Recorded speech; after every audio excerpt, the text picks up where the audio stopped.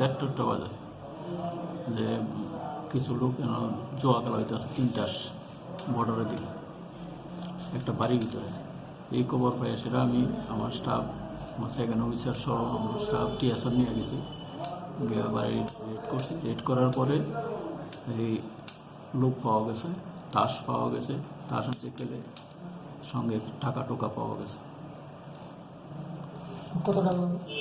টাকা 10,000 উপরে টাকা আছে তাদের কাছে। তাদের বাড়ি কোন জায়গায়? নাম কি তাদের? তারা বিভিন্ন জায়গার বাড়ি, বড় গুলচক্কর সাইডে বেডে আছে বাড়ি, রাজনগরেরও আছে। নামগুলো কি?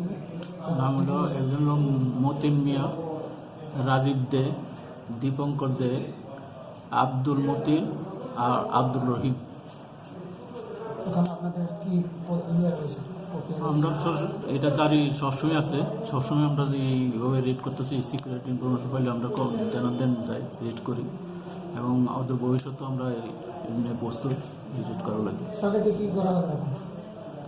তাদেরকে এখন আপাতত জিজ্ঞাসাবাদ চলছে, জিজ্ঞাসাবাদ করার পরে এবং আরও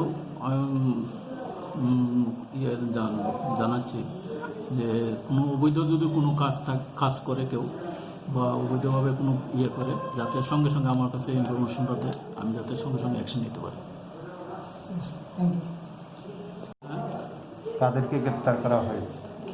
এটা আব্দুল মিয়া, রাজীব দেব, এবারে দীপঙ্কর দেব, আব্দুল মতিন, আব্দুল রহিম।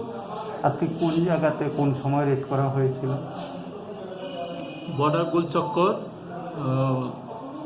গুলচক্কর থেকে একদম চেকপোস্ট মাঝামাঝি জায়গাতে একটা বাড়িতে গোপন সূত্রের ভিত্তিতে রেড করা হয়েছে একটা ঘরের ভিতরে, এবং এই ঘরের ভিতরে তাদেরকে পাওয়া গেছে। কি কি উদ্ধার করা সম্ভব হয়েছে? তাস খেলে তাসের এক বান্ডিল পাওয়া গেছে, তাদের কাছ থেকে এই জোয়ার সরঞ্জাম এগুলো উদ্ধার করা হয়েছে, আর টাকা পয়সা উদ্ধার করা হয়েছে।